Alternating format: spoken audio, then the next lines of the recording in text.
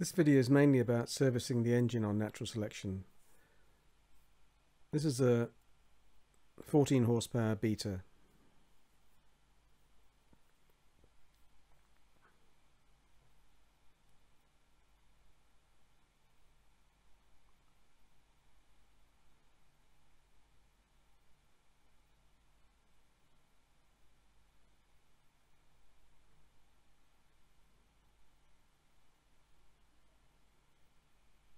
I'm just starting off with a little view of the engine. There's the starter motor battery.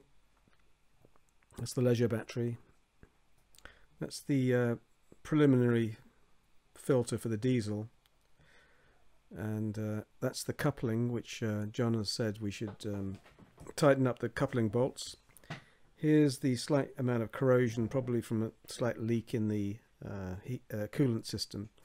There's the heat exchanger. That's the pump for draining the oil, and that's the main oil dipstick. There's the impeller cover. That's the air filter. And below that is the gearbox.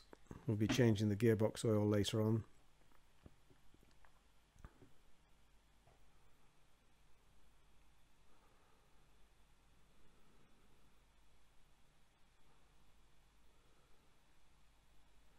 That's the secondary fuel filter you can see there. There's the cam belt, the alternator belt, and there's the oil filter.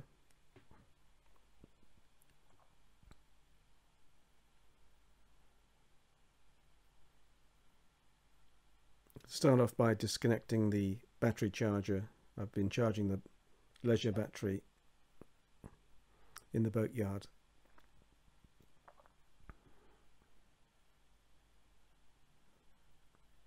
That's the engine oil that I keep on board. That's enough for the engine. A couple of spare milk containers to drain the engine oil and the other fluids. We'll start with the engine oil. You can see there's a switch. It's a butterfly valve. Turn that vertical, and that enables you to drain the engine oil using the pump. It's a bit fiddly, but you can get these 2-litre containers low enough to enable the pump nozzle to go in. You should normally start up the engine and get the oil thin, but we're in the boat yard, so we can't do that. Lots of pumping, and it'll fill up one of these plus a little bit more.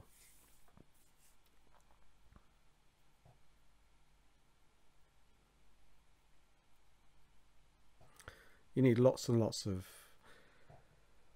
kitchen roll when servicing the engine. There's bound to be spillages and diesel and so on.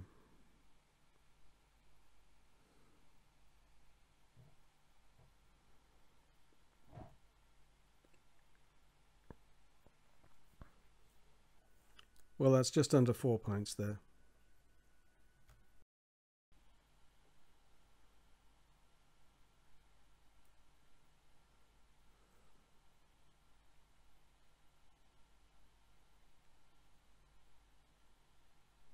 The speed up bits that are fiddly.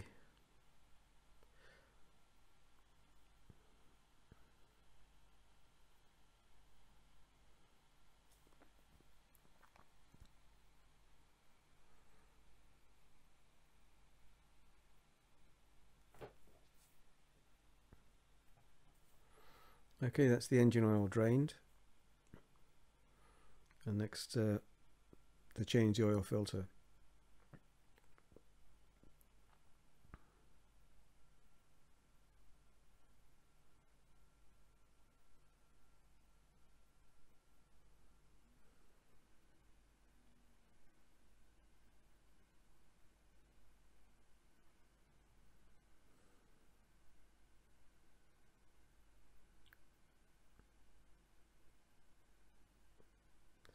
just before I forget, I've turned the oil drain pump switch off. That's pretty important. There's the new oil filter, and you need an ordinary car oil filter wrench to remove them. There's a drip tray underneath the engine.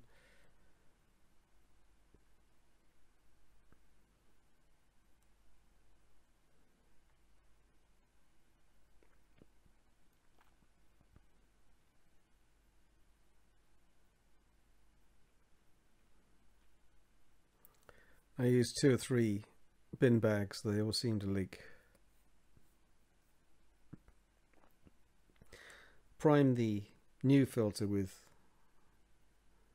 fresh engine oil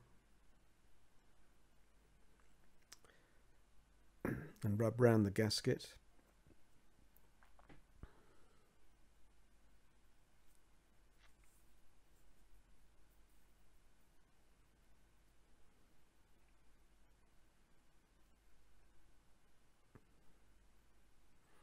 And of course just hand tight.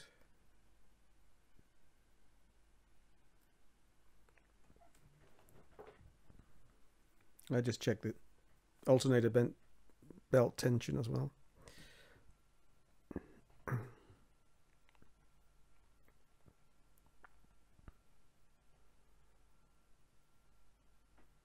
And then to fill the oil, of course. I don't fill it quite to the top of the dipstick, but fairly close.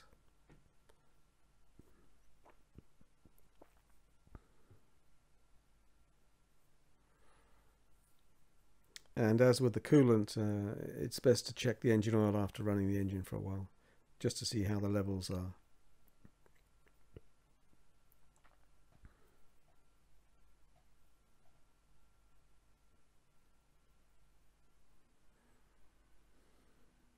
This is a special kind of engine oil.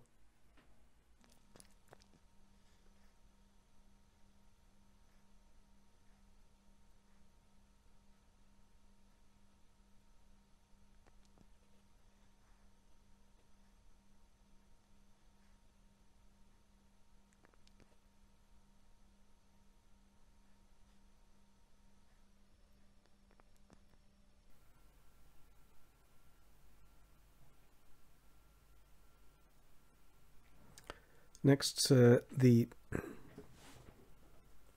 primary diesel filter.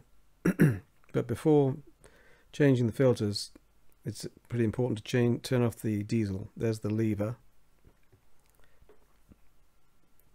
If you fail to do that, then it'll gradually drip out into the tray and then into the bilge. There's a big nut on the top of the filter body, and that's use pliers just to break the seal, really. And then you can undo it by hand. There's a drip tray underneath this filter.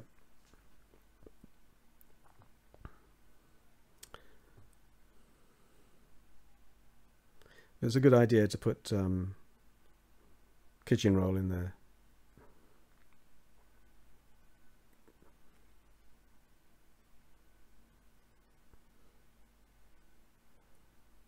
It screws out, and then there's a bit of friction to pull it down.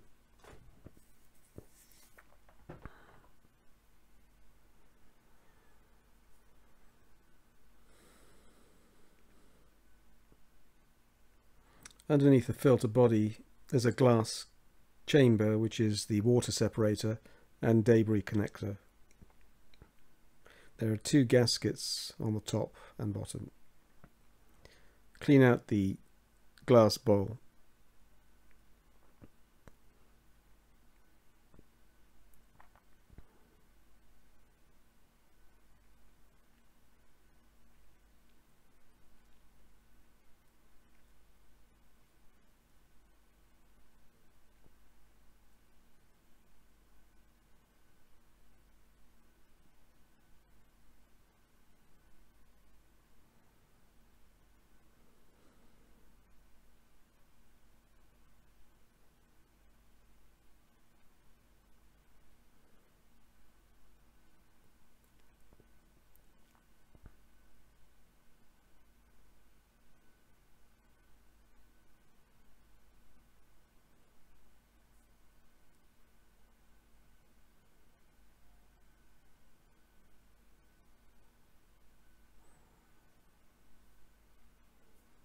Again, this just screws on hand tight.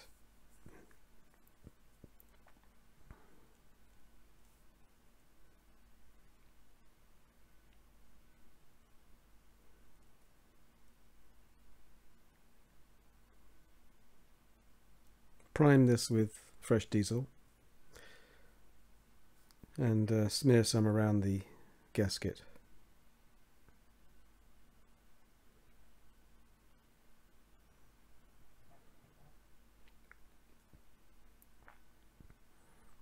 You need to push this up before you can actually start turning the thread.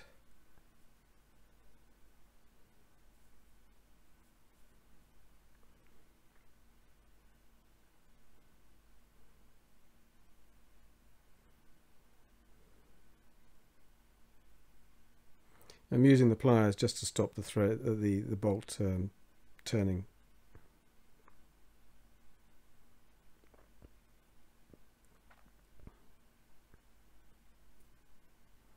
Okay, that's the primary filter done. Now we need to do the secondary filter,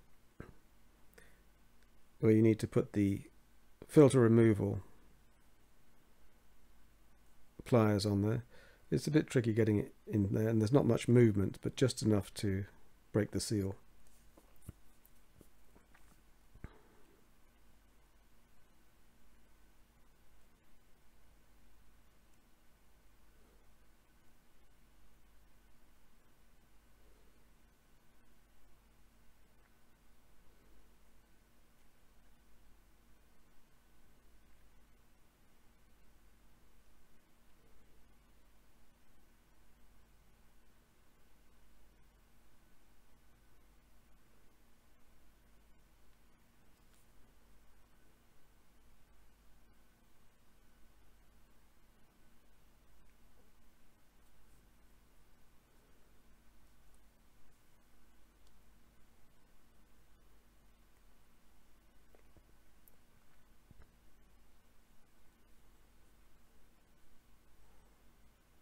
I've got some tissue underneath to collect the inevitable diesel spills.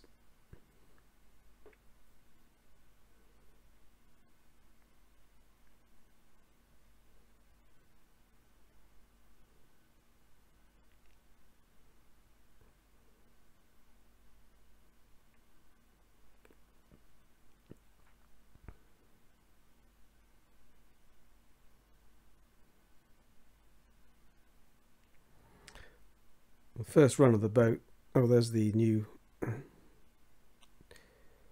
filter going on. Just comparing it, make sure it's the same one. After the first run, or during the first run, it's a good idea to put a whole Ecova washing liquid in the bilge, and maybe 50 litres of water from a hose pipe. And then just go for a sail for a few days, then come back and then drain the bilge, and that'll clean out the diesel that drips down, other engine oil.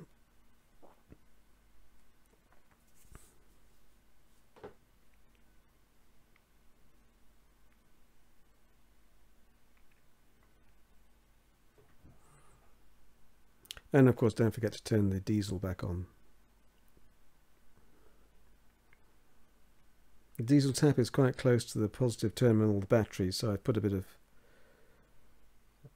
tape around the handle. Bit of a clean up in the drip tray there.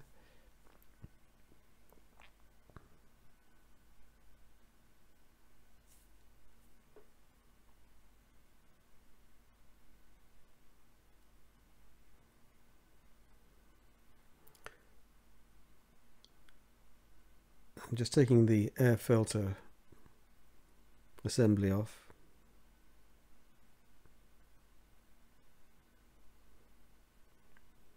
This goes only one way up, so it's a good idea to remember that. And now I'm looking at the gearbox, which I'm going to replace the gearbox transmission fluid. It's not oil, it's transmission fluid. There's the dipstick, and you can see the hexagonal filling nut. it only has to go over the first notch on the dipstick. If it goes over the second notch, then it's overfilled. So it's important to only replace the oil that's in there. And check the manual, of course, that you're putting in roughly the right amount of oil. But the minimum, obviously the minimum is necessary. If you put in too much, the gears will jump out. There's some kind of pressure that builds up inside the gearbox. Caused a few problems. You can see the bottom. It's difficult to see this oil, but it's you can see it just covers that first notch. This is the, I can't remember the size of that. I think it's a 17mm socket to get rid of it. To open the and there's a washer. Don't lose that. Here's the syringe that I'm going to use to withdraw the oil from the gearbox, and it goes in the dipstick hole, not the main hole. And just make a record of how much you're taking out. There's the transmission fluid, and a 500ml container is enough for 2 services with 100ml over, so it's about 200ml. And then replace the oil through the main filler cap.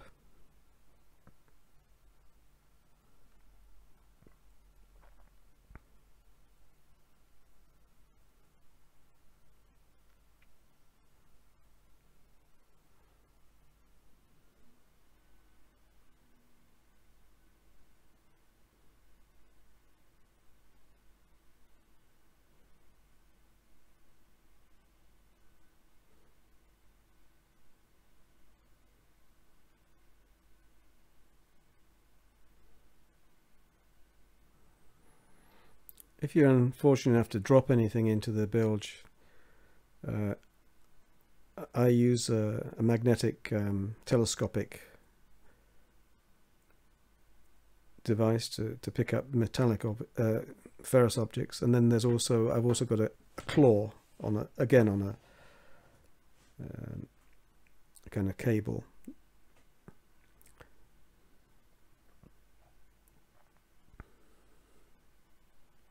Next is the cooling fluid, coolant. This you can see the level is slightly lower, but there's enough in it. You want to fill that up, and after the engine starts, check the coolant once it's cooled down, and top it up a bit. Here's the same syringe, but I've used a bigger tube this time for the coolant. You just have to fiddle around to find the bottom level.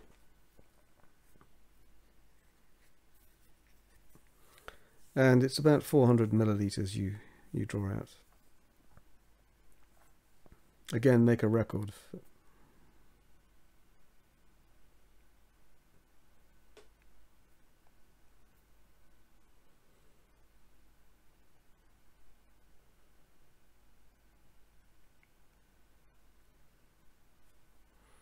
I use a 50-50 water solution.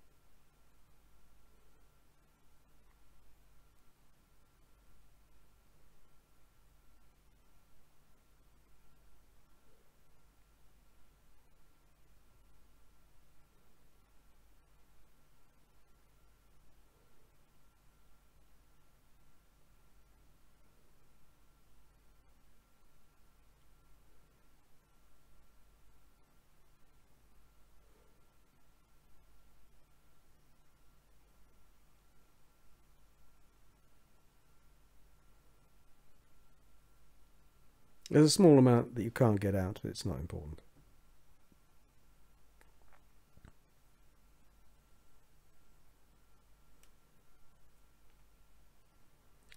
Next, to remove the hoses.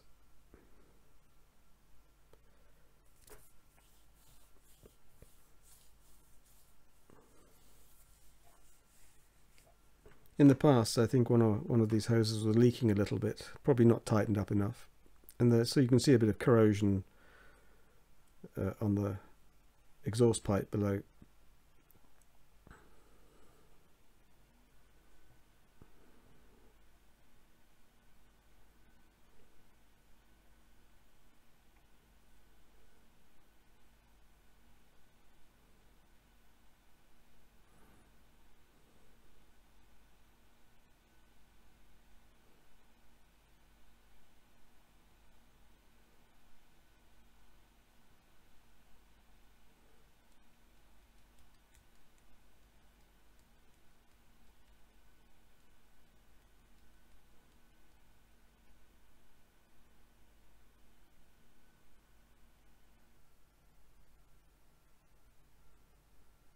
This is the heat exchanger now, removing the casing.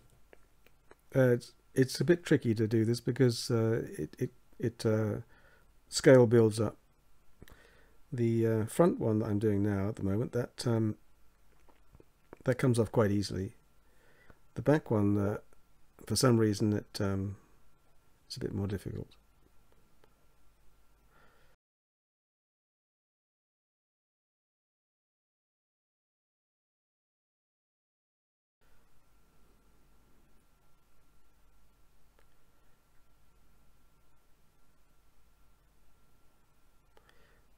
There was some kind of piece of plastic or paint that's built up over the years. It's not a gasket or anything, it's just some bit that fell off. The seal is made by the flange and some rubber gaskets. I started off using a soft hammer.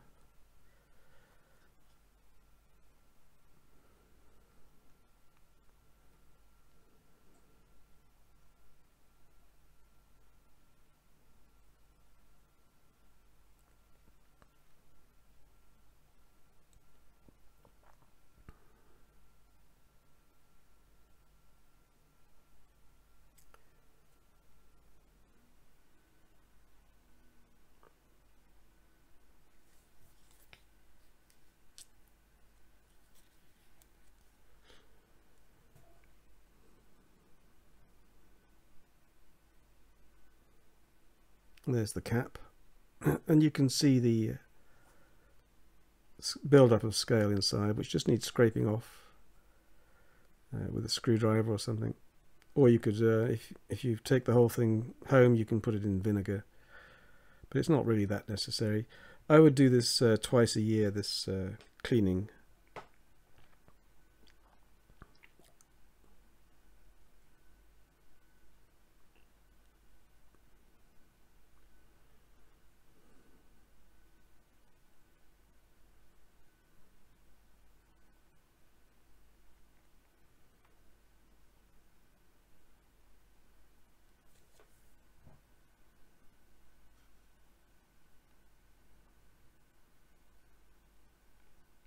It's important not to score the outside of that flange. And now I'm taking the O-ring off. This gets a bit of scale as well, so that just needs checking over. If it's in good condition, there's no need to replace it. This was in fine condition.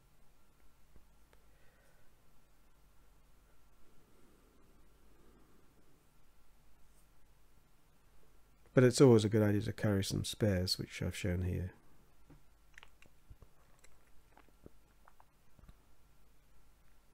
And again, after the engine starts, check for leaks.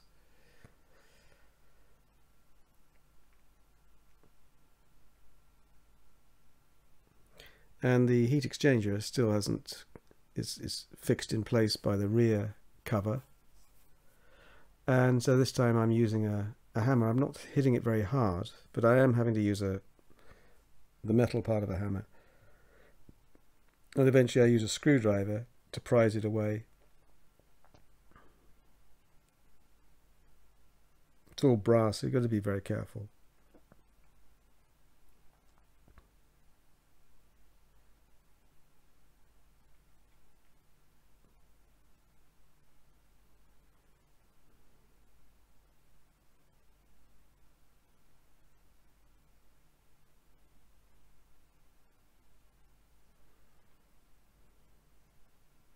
And the same with this one, it's got to be clean. And you can see this is a different type, this one. At the end, it's got a horizontal piece that going across the middle.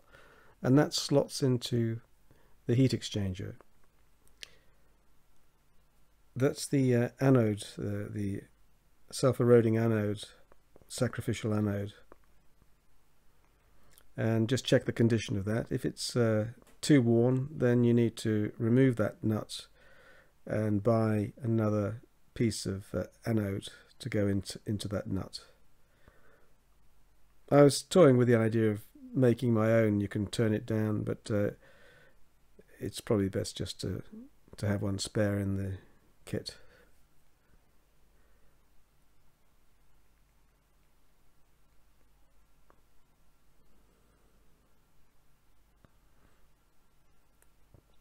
Cleaning out the flange there a bit as well, carefully. Try not to scratch it.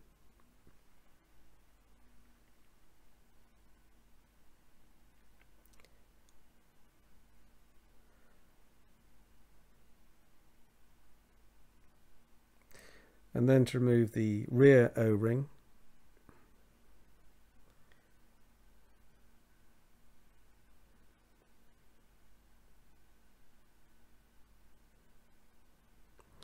And because it was difficult to remove the rear case, there's going to be a build-up of scale on the back of the body there, so that will need cleaning off a bit. Again, this O-ring looked in good condition.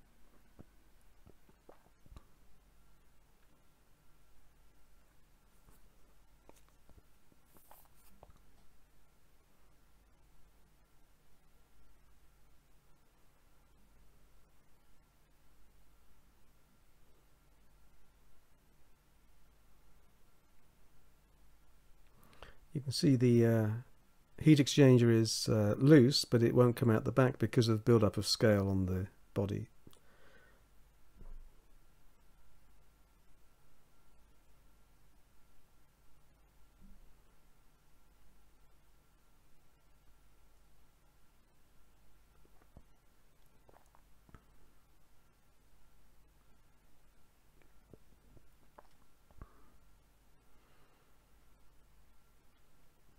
I'm cleaning off the scale.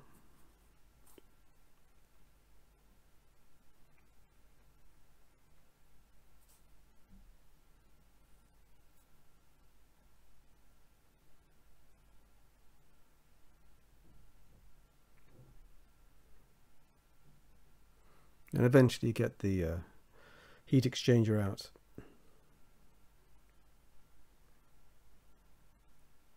It only goes in one way, so you remember there's a horizontal piece on the rear cover. This will only go one way round, so you have to try it both ways or mark the top. Now the video stopped at this point, the camera stopped at this point. I started cleaning the exterior scale off. And then I used a coat hanger, quite a thick coat hanger, piece of wire, which was perfectly straight. And looking up through the holes of the heat exchanger into the light of the sky, I could see which ones were blocked. And it's just a question of going through the holes with the coat hanger wire, cleaning it out. Or of course, you could put it in a can or a container, a narrow container, and fill it up with vinegar and leave it overnight to get rid of the scale that way. So make sure all of the channels are free, and then reversal. The replacement is just a reversal of the process. when you tighten up the end caps, they don't tighten very tightly. You've got to be a bit careful about positioning them. Start with the rear cap. Make sure it fits into the heat exchanger using that horizontal bar as a guide. It's a shame I missed that part of the video, but there we are. And then tighten it up, not very tight. Reconnect the hoses.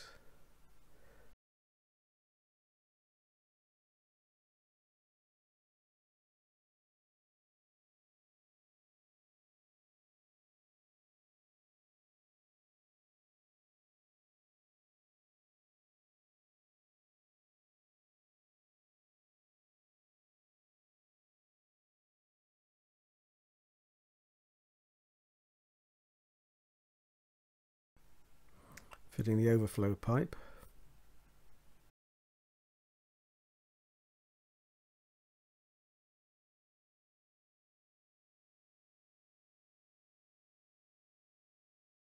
And then it's ready for filling up with antifreeze. And we know the amount.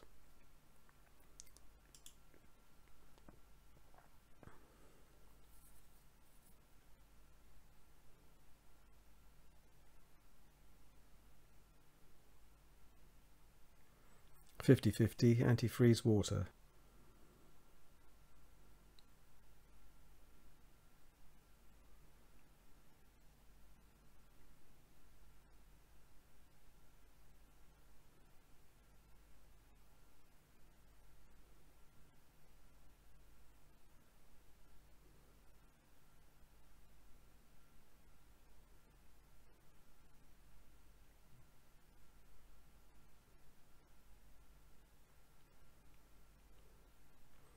It wasn't quite enough, so I just made up a bit more. And again, once the engine's been running, you might need to add some more.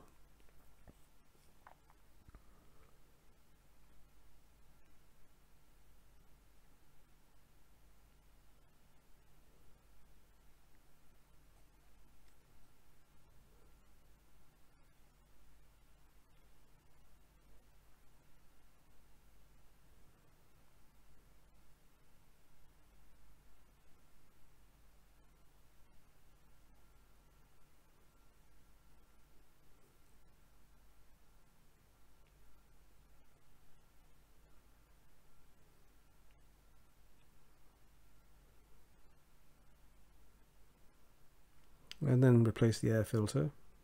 Very straightforward.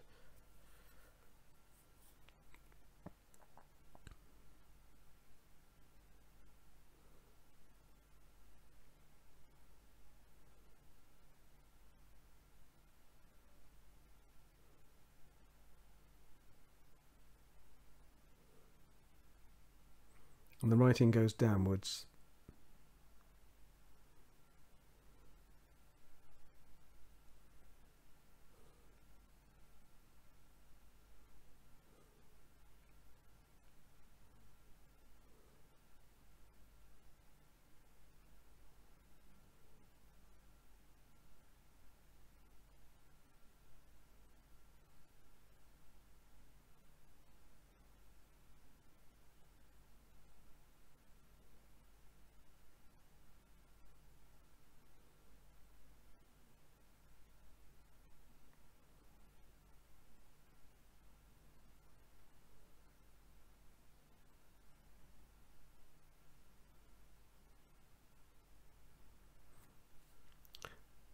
This is the inlet, seawater inlet hose, and when you start the engine, especially after it's been launched, it needs to be primed, filled up with water with a little bit of washing up liquid on top, reconnected, and when the engine starts you should be able to see bubbles coming out of the transom exhaust.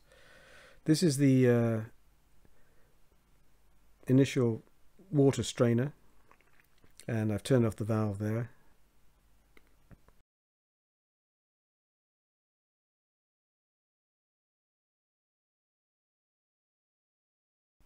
It's got a plastic filter, which needs cleaning now and again. See bits of gunk in there.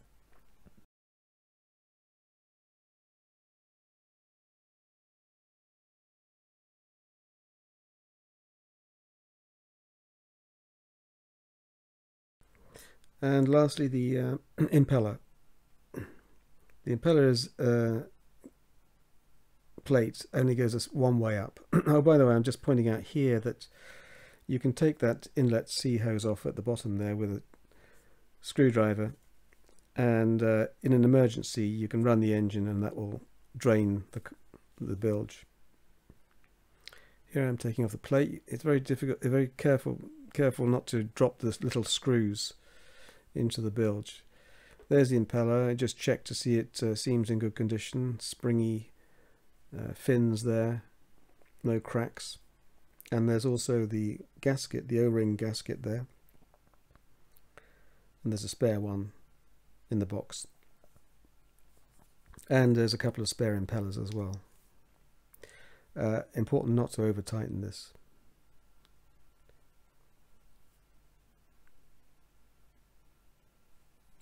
And that's the engine service complete. This is just showing the diverter valve.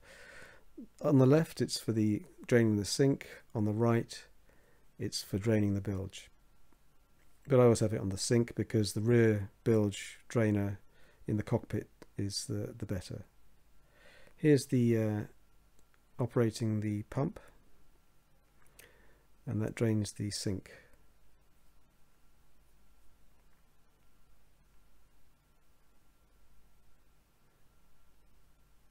Just showing here the heater connection.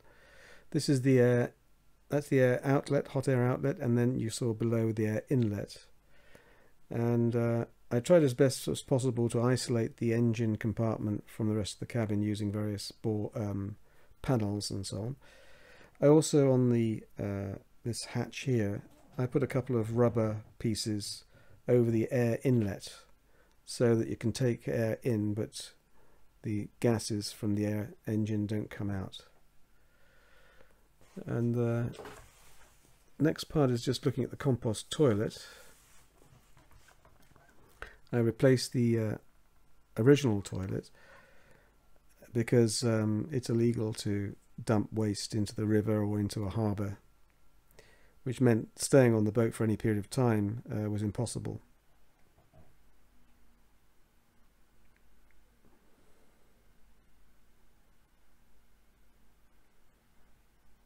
The compost toilet doesn't smell at all, and the way I use it is to urinate into a separate 5-litre container. But there is this container here, which is just an ordinary camping water container to catch urine in case there's an accident or someone forgets. That comes out of this funnel, which has a ball on the top, just to prevent any smells. The whole arrangement is just a simple bucket, and there's a flat part at the back so it fits in properly. You have to lift up the seat to get it out, and this can be emptied into a ordinary bin bag, a couple of bin bag liners, and then washed out in the sea. The waste, it's legal in this country to put it into an ordinary waste container, a bin, but it can't be. It's not reusable for compost. It's a bit of a misnomer that it takes 10 years for human feces to become safe.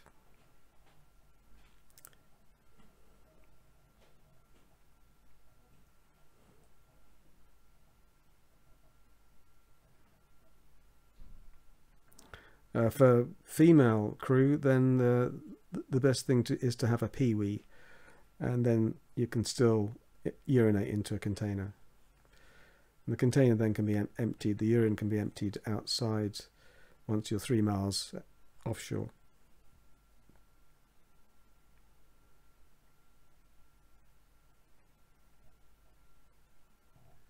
You can clean it every time you go out, but I've used it. I've cleaned it maybe a month later, and there are some organisms growing in there, but it doesn't smell. It's important not to let flies get in, so that's why I've covered up any entrance holes or cavities with fine mesh. This is the compost, and I use compost. I don't use sawdust. I use ordinary garden compost dried out on a sheet, and it just has to be a dry organic material just to absorb the small amount of liquids that's contained in feces. It's very cheap, of course. I keep it in this canvas bag I made, and then inside a carrier bag. This is the other container. This is actually when you're at sea and using it, you use this container. The other bag is really just to start things off. So obviously the container needs to start off with a layer of compost at the bottom, about an inch, no more than an inch. So I'm here just demonstrating, put an inch in from the main bag.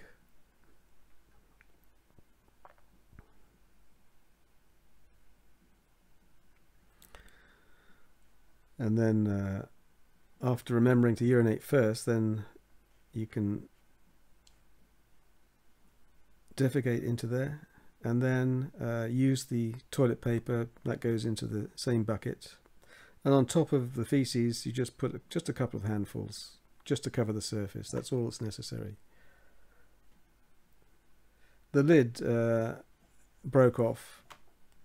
Oh, here I am just using a 50-50 bleach water solution to clean things up a bit. The lid broke off, and I think it needs, well, the way I would use it is without a hinge, just using some kind of cord to hold it onto the base. But it seems to stay in place. It's also got a seal around the bottom that I put onto the lid, again to stop fumes, but also mainly to stop flies getting in. That only happened once.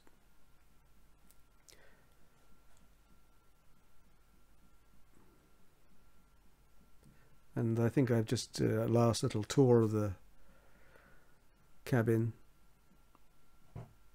before leaving the boat.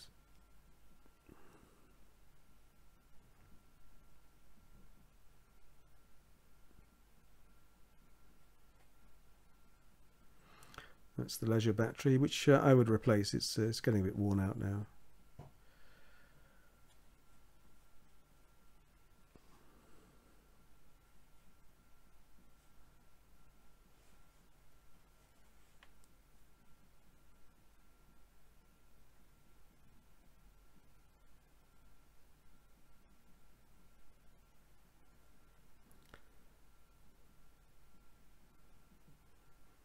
There are a couple of inscriptions on the bulkhead here, and some official number, and this is the weight, net weight. And then there's a brass plaque showing where it was made. That's in Lowestoft Boat Building School.